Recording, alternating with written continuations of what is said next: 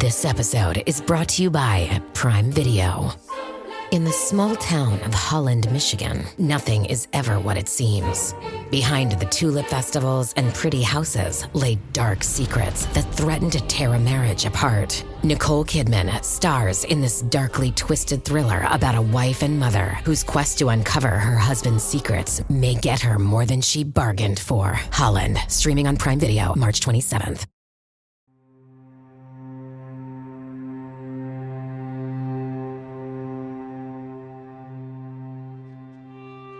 Year 6, Day 351. Well, we got our first taste of freedom since coming to Simitu.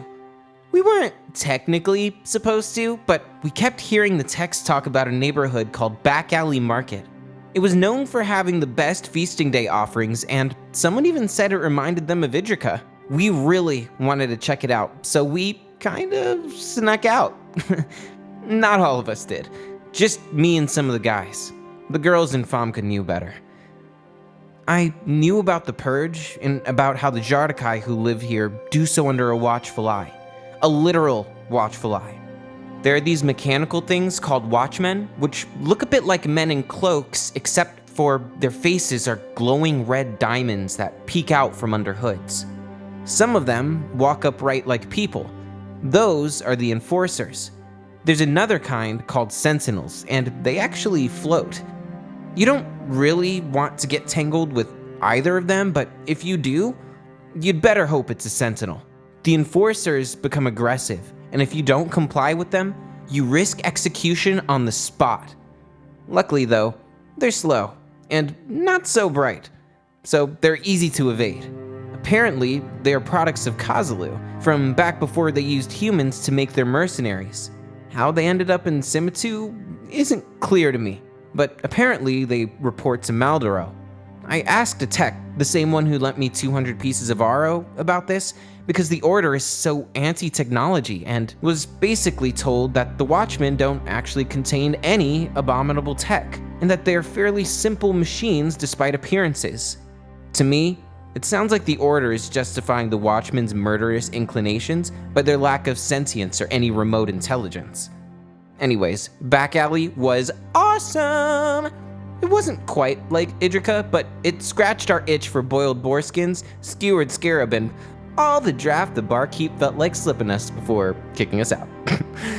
I can't say we won't go again, but we definitely can't get caught doing it. I can only imagine how mad True would get. Year 6, Day 356. We've taken the 9 out a few times now. And each time around, it just gets better and better. Our drills are really airtight now, and each time we break a new record. One unexpected joy has been working with Lapidine on solo and group attack patterns, and learning some of the armed forces' battle strategies. They launch bogies for us that are able to transmit data for our accuracy. Last time we went out, we had a 56% critical hit rate with an 89% overall hit rate. I think we can do even better. Of course, the bogies are no match for the Azuria cannons, which kind of just vaporize everything. So there hasn't really been a way to test them at full power. I think True plans on taking us a little farther out to test them on some larger targets. Lapidine has floated the idea of making debris fields as an added barrier against the Rao. So I guess that means we get to blow stuff up. Maybe it sounds crazy, but it just feels like our numbers have doubled. Suddenly, there are these things that are a part of us.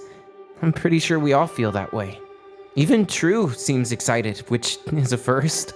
Since we're mostly down to practice now, it's afforded him some time to work with us more on things like mental control exercises and even some sparring.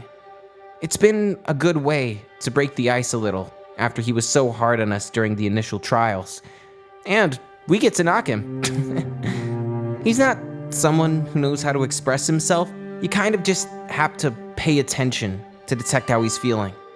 I just know that this is a good time, and I hope things don't really change.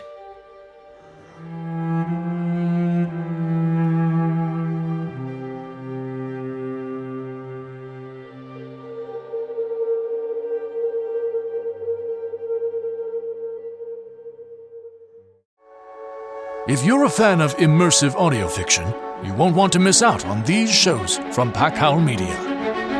The Madness of Chartrulean. Will this world accept my vision of the future? Or is all of this a mistake? The Nebulous Saga. You killed my family. They killed mine. And for 10 years, I've been making the Alliance pay.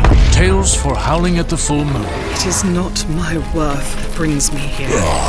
It is my calling. Another day, another chosen one. To learn more about our shows and find out how to support independent creators, visit packhowlmedia.com.